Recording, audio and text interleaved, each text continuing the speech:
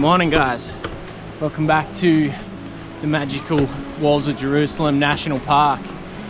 I was just thinking the other day that we've only got 1 week left of winter and I haven't even done a snow video, so I thought I'd better get out and take advantage of this recent snow dump that we've had.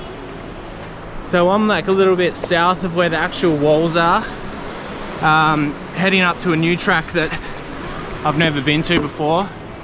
Don't really have much of a plan. There's a couple of different circuit options I could do, so I'm just going to wing it. But there is one thing I do want to see, which is Grail Falls.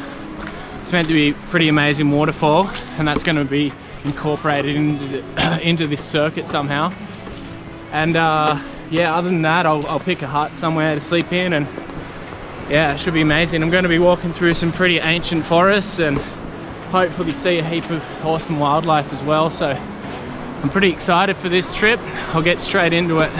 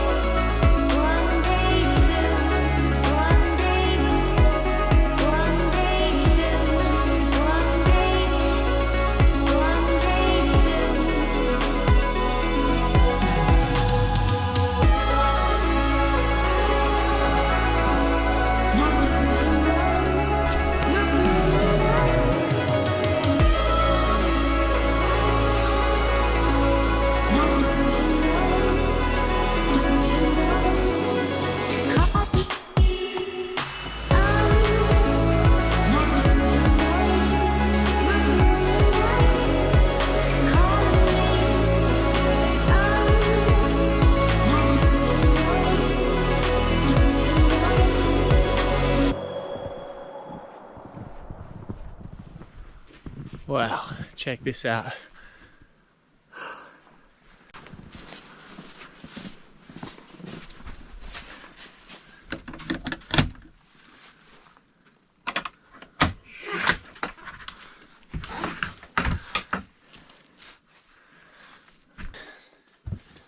Take your rubbish. Shouldn't be that hard, boys. Shouldn't be that hard.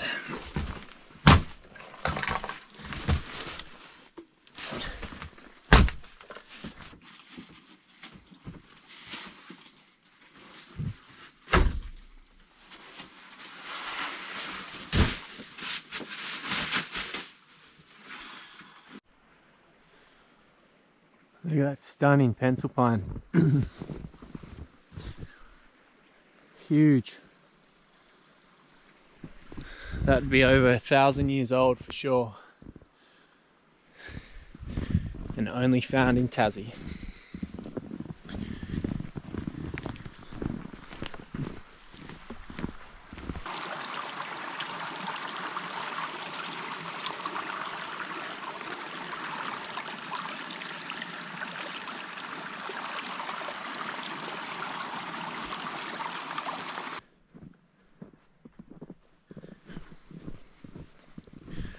So this is Lake Meston Hut. I'm not sure how old it is. I think it might have been built in like the 50s or maybe the 60s. I'm not 100% sure, but it's not super old. But still doing pretty good for its age. Wicked little hut. Oh, it's cold out here. I'm gonna get in, clean up, sweep the floor, close the door off, bunker in for the night.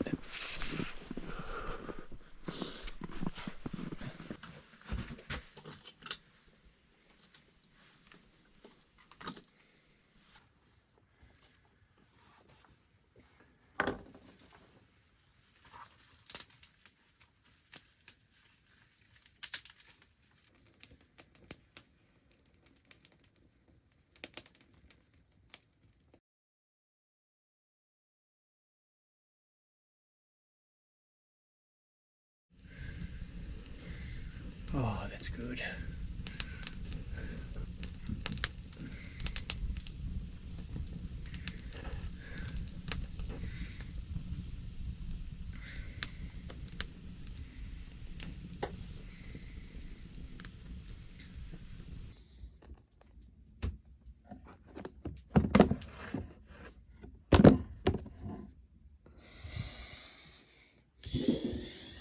Logbook.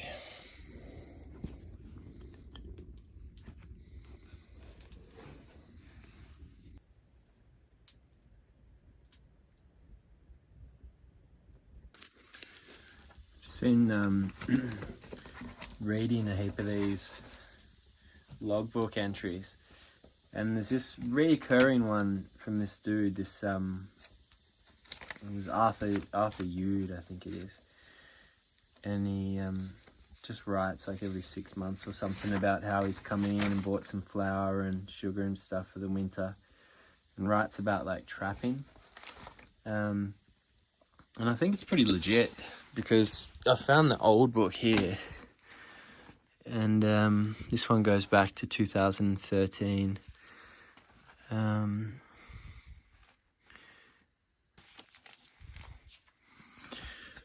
This was pretty cool. Noughts and crosses game that took 4 years to finish. Yeah, here he is. Bloody found me traps empty again today, and 7 fancy city workers from country New South Wales and Devonport dressed in shiny jackets. Was hoping to cross a wild bull to wrangle, but alas, I'm bored as shit out here and lonely, and with just a bag of flour and chance meeting with Bert Nichols if I head down to the Narcissus Valley. Sick to death of empty traps. Still love, Arthur Yude. Constantly harassed by city wankers these days, an old long arm of the law telling me that trap and ruse and poss is illegal these days. Sick of this sunshine and good cheer. Pelts are getting too thin these days. Out of flour, Arthur Yude. And he's been writing in here since like 2017 or something, all the way up to this year. Came back through with a resupply of flour and sugar, preparing for the coming winter months. Arthur Yude. That's enough of that. Okay, well, after an absolutely epic day trudging through the snow up here in the walls of Jerusalem, I am going to get some sleep, and then tomorrow going to be going to check out the Grail Falls via Junction Lake. So that should be pretty interesting to see how that looks. I mean, I saw some stunning scenery today, and tomorrow's going to be a lot different. So yeah, looking forward to it. I'll see you guys in the morning.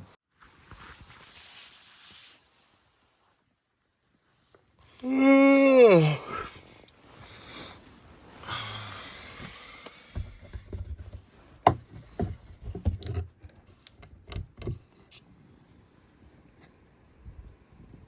like we got another dumping of snow last night.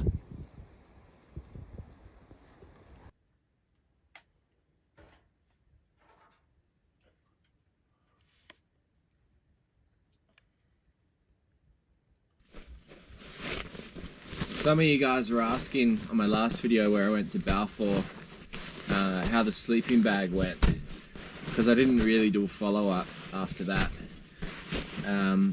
little talk about them, and they're really good. I didn't get cold at all in Balfour. Last night here I had my fleece as well as my thermal, and that was just cozy, but it was freaking freezing in here. So yeah, for me this is all that I'll like ever need really for my hikes, because it's a -10, but in summer I can just strip down and sleep in it, and then in the cooler months just apply whatever layers I need to go with it. It's got a couple of cool features as well that I really like. It's got like a central zip, which I found handy when I was inside the tent, because I could unzip from the chest down to the feet box and then slide my body forward and cross my legs out the front of the tent with the sleeping bag folded over my legs to keep them warm, which I wasn't able to do with my older sleeping bag. So I thought that was pretty cool. And I also like the it doesn't have a hood, so it's got like a cut off top, and it's got this kind of like fluffy little slip that goes around your neck, like a scarf almost, I guess, that you can pull tight with a drawstring.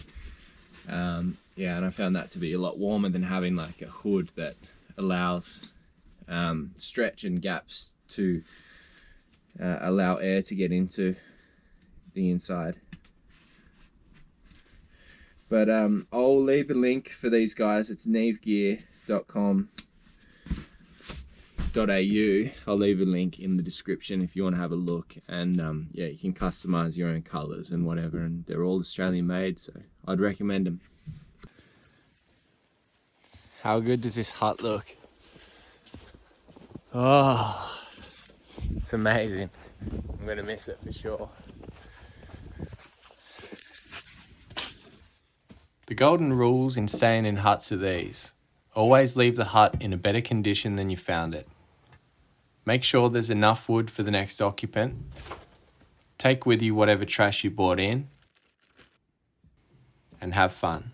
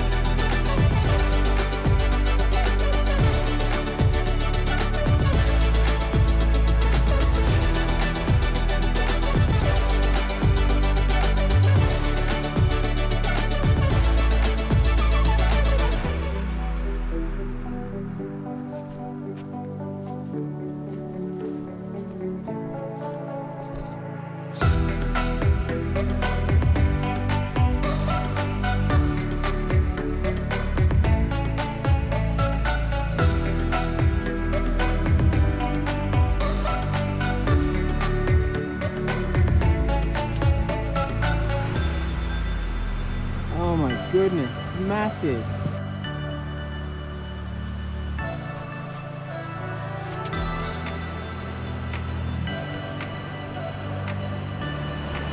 Wow.